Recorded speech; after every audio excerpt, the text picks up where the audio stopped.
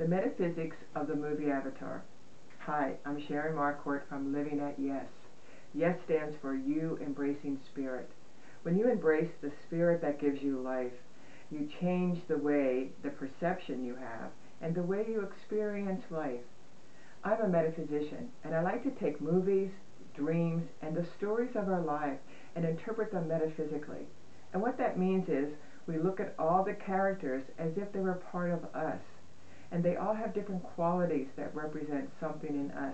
We see how the story played out, and then we take it to a personal level that can really help us change. So the main characters of the story in the Avatar was the Colonel. He, of course, represents the ego. The ego is empowered by disempowering others. The ego is a very old way of thinking that only knows how to destroy and take what it needs for its own satisfaction. And then there is Dr. Grace. She represents a curious part of us. She is empowered by the excitement, the discovery that she makes of how the network of life fits together in a oneness. Then there's Jake, and Jake is crippled by the old world and sent in to explore a new world. He's empowered by love. He's learned to be empowered in a new physical body. He's learned to be empowered by conquering his dragon and learning how to use his mind to create and live life in a different way. And then there's Netya. Now she is the daughter of the chief and the shaman, and she is empowered by empowering others. She believes in a deity, and this deity manages the energy of balance, balances out the energy of all of life. There's a sacredness in her tribe and her community. As the story unfolds, a change has happened on Earth. It is destroyed because it has destroyed itself in its old way of thinking. And so it is sent to the planet Pandora. And on this planet, the tribal people have a very different way of living. Jake is sent to infiltrate. Now there's a part of us that maybe something in our life changed. It could be a divorce, it could be a job, it could be an economic security that we felt. Something changed. And when we get into fear, we become like the Colonel. We take over. We try and feel empowered by disempowering someone else. We bully our ways. We get in and we do what it takes to get what we need for our own satisfaction. I found it very interesting that the core story was about getting the mineral unattainium. Now isn't that funny? Unattainium. And unattainium was located underneath the sacred tree. I think that means that what is sacred in the way we live life is unattainable. Unattainable in the sense that it's not a thing that we can manifest. It's something that we have to feel within. We have to connect to it in a very different way. But the old way of thinking believes that it can obtain something and feel satisfied by adding on to itself all the material things.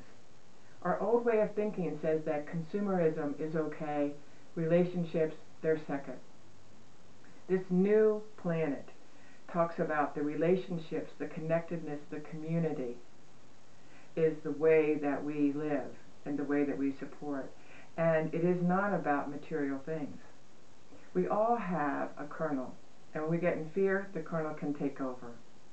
We all have a grace. I love that name, Grace. We all have a grace in us that is curious, always exploring, wondering, why am I here? What is my life about? What is the purpose for my life? And getting excited as we discover new things. And then there's Jake, the main character. He's sent to live in both of these worlds. And what he discovers is love, a connectedness. He finds he has to tame his dragon.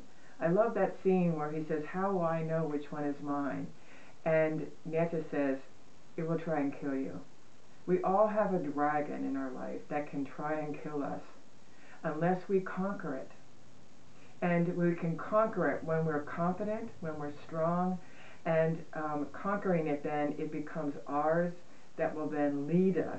We can ride the dragon. We can use our mind to rise above. That was a very important part of the movie for me, is to see that by connecting, by interlinking, that Jake was able to ride. And then we have Netja. She represents a part of this team, this community, the tribe, the sacredness of all life. Jake also learned that when he connected with the Tree of Souls, that he was given inner guidance, he was given strength, and that the energy of balance took over and won. He also learned that he could not live in the new world he could not live in the old world with the new world belief. I think we are at a time of our evolution. As Eckhart Tolle said in his book New Earth, we must change or die. And I think that the structure of the ego and the corporation that was looking for the unattainium has been dismantled.